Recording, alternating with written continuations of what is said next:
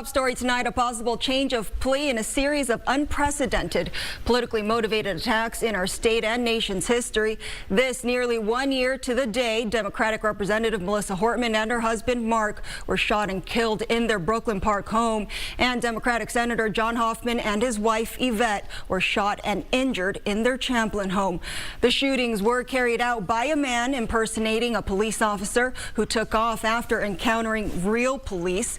This led to the largest manhunt in Minnesota history, with Vance Belter eventually captured and charged.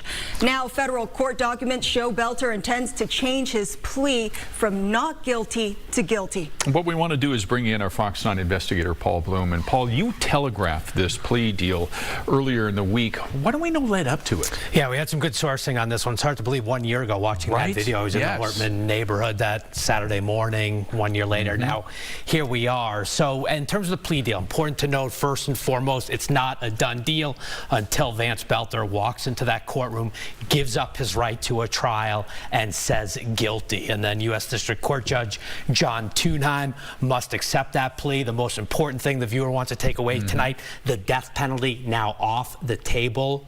We understand with that comes Belter, giving up his right to a trial, but ultimately pleading guilty to all the federal counts he faces. The ultimate consequences, I'm being told, the federal government isn't easing up on him. The death penalty was hanging over his head, so you're likely looking at life sentences, or at least one life sentence, certainly for the killing of Speaker Emerita Melissa Hortman.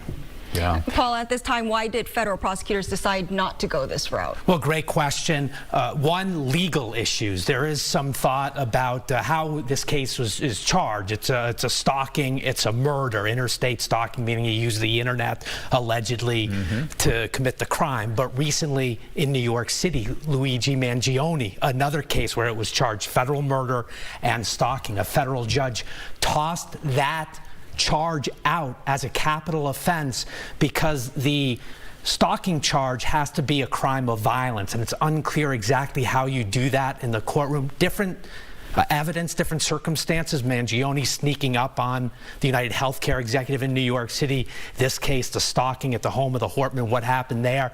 There are some people who believe they could have gotten it through, but this way, if it does go the way we think, they get the guilty plea, they get the life sentence, and there's not years of fighting over whether or not it's death penalty eligible. These are heavy decisions to make from the prosecutor's point of view.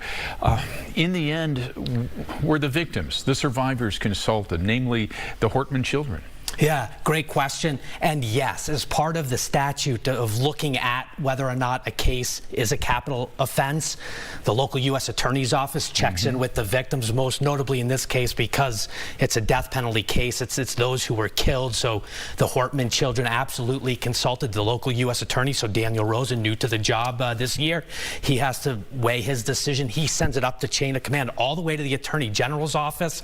There's a panel there. Ultimately, the decision comes down to the Attorney General. In today's filing, it says, with the behest from the Attorney General, we are not pursuing the death penalty. We are ready to go to this plea hearing tomorrow for Vance Belter. The decision goes all the way up to Washington. It does, like yes. This. Wow.